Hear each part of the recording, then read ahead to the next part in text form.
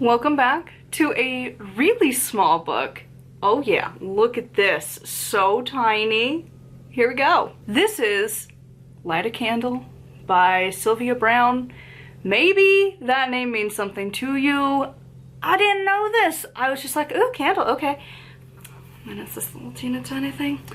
And yeah, so this incredibly small book, I don't know, what would you have guessed this is about? Because I didn't have any, again, I don't really have preconceived notions when I order from the library because most of the time it's off of my phone, it's off the app. I mean, granted, sometimes I have to go to the website because the search sucks so bad with the library. Oh my God. If they could have a programmer just do a little bit better, oh, that keyword search, ooh, it sucks. So if they could have someone who could do better, would be great.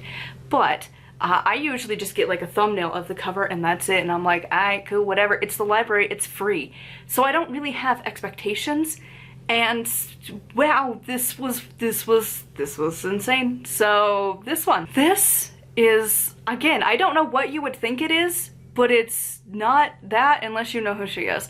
I think she's a very popular name that I just don't know because I live in my own bubble of a universe. So this is not for witches, this is for Christians. So whoops.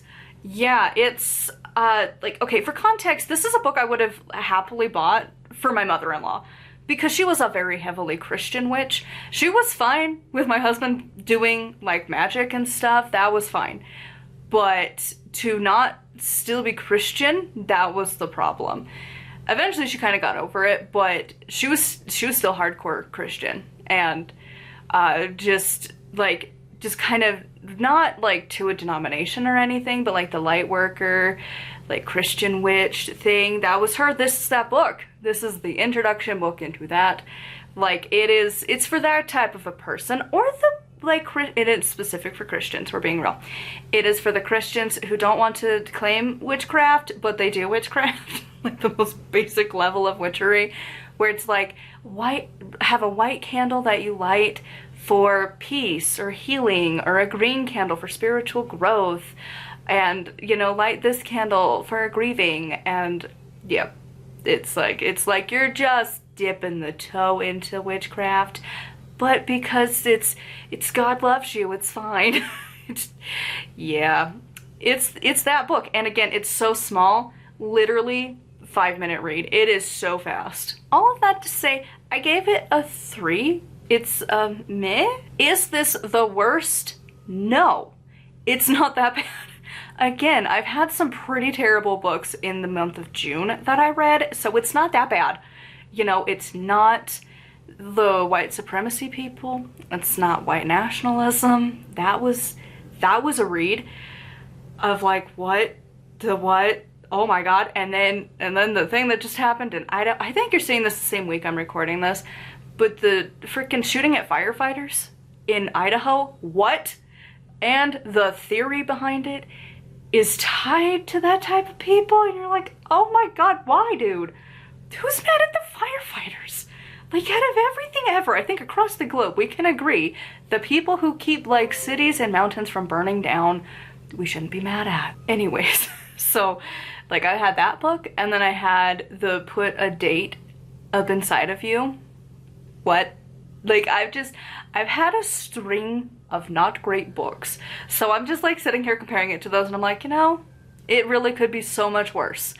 Do I not enjoy, like, this book? Just, it's like, it's so bland, to be honest. I don't have an opinion, and like, it's just sitting at a solid, like, meh. Like, you don't hate it, really, but it's definitely not for you at all, and you're just sitting there like, literally as smack dab in the middle, no opinion that you could possibly have about it.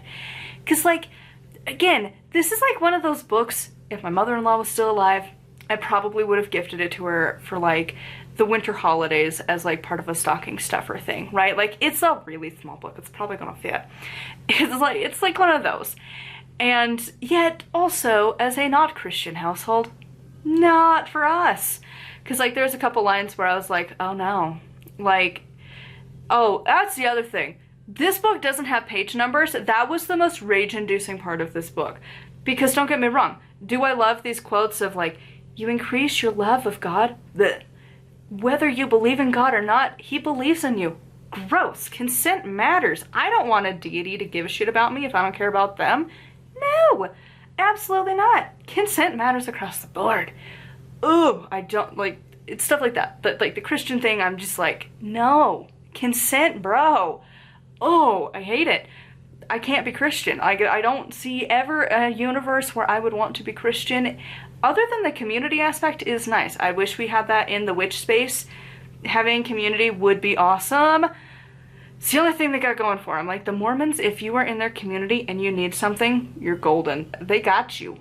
Otherwise, like if you're a witch and you got problems, every witch has problems. So it sucks to be you. Like I've not had great, you know, community space with the witches. Usually we're very like cliquey, and I don't know if that's just Utah. To be honest, it would be nice to go to a different state to be like, what's your witch space like? Because here it's not fantastic. I mean, we have good shops, but that's all they really are, is a shop. It's a place to spend your money. It's not like a community space. Anyways, back to the point. So this book doesn't have page numbers. What book doesn't have page numbers? And like, I remember there was one I talked about kind of recently where it was like a random section in the middle had no page numbers when I went to go write it down, and I was like, what do you mean there's no page numbers nearby at all? It was like 20 something pages without page numbers. No reason. Why? Why couldn't you just do that? This, none of the pages have a page number. Why do you do this? Why? Also, do you see how little this is? This is like a picture book, if we're being honest. Like, there's not a lot to it. But also, there is no page number. Why is there no page number? This bothers me to the highest of degrees, because why couldn't you have a page number at all? Why? No page numbers.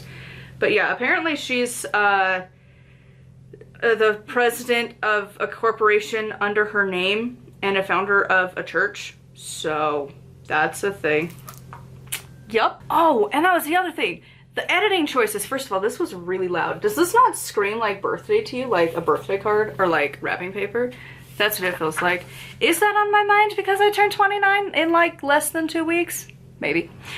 But when you get into this book, why did you do that? It had it a couple times. Why did you do that? Why? Why did you do that? I need the pointer of shame. If you've been on House Inspector TikTok, you know the hand. Or I think it also is the like driving dash cam reviewer guy thing. They have the pointy hand of judgment. And UDOT, the people who are in charge of the chaos that is Utah construction for roads, they also have a few videos of that, and I'm like, you know what? I kind of appreciate it. Like they had one where, this is not related to the stupid book at all, but anyways, they had the pointy hand, and it was because the stupid trailer guy hit a frickin' bridge. Why did you do that? Why did you do that? Don't do that. And yeah, they had the video, and they're like tapping loudly at the screen of like, why did you do that?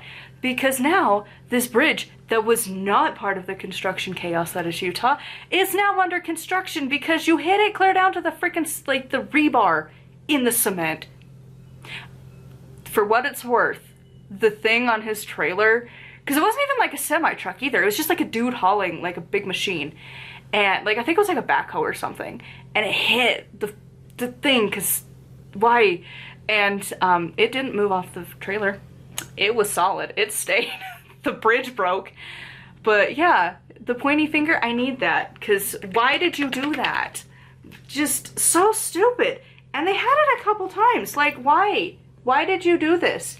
This is not on the author. This is on the editing and like the publishing and whoever the F is in charge at Angela B. Angel. I bet that's Angel. I bet that's not Angela. I bet that's Angel B. Publishing. That also should say a lot. But like, why did you do that? Why? It's not necessary.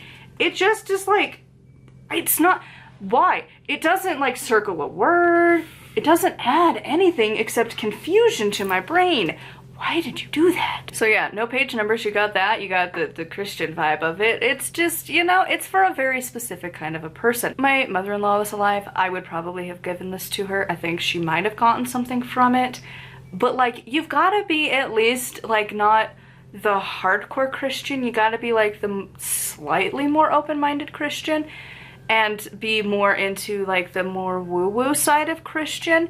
And then maybe you'll get something from this, like the Christian witches and the Christians who aren't ready to admit they're doing any level of witchcraft, but has a lot of witchcraft things, like this. Lighting candles of specific colors for specific intentions, definitely not witchcraft. That type of person, they would probably like this book. But like, fundamental aspect, they have to be Christian. I don't even think it would apply to any of the other book religions. I don't think that Muslims would get much from this, and I don't think that like Jews would get much from this, and pagans. I don't think you're gonna get much from this at all. Like, we have better books on candle magic, so just don't waste your time. If you know someone like that, they'll probably like it. But if not, and you're here for witchcraft, this is not it. Anyways, I would love to know your thoughts in the comments down below. A huge thank you to my patrons. If you would like to support me and get access to exclusive content, it's patreon.com/nightwillowcrafts.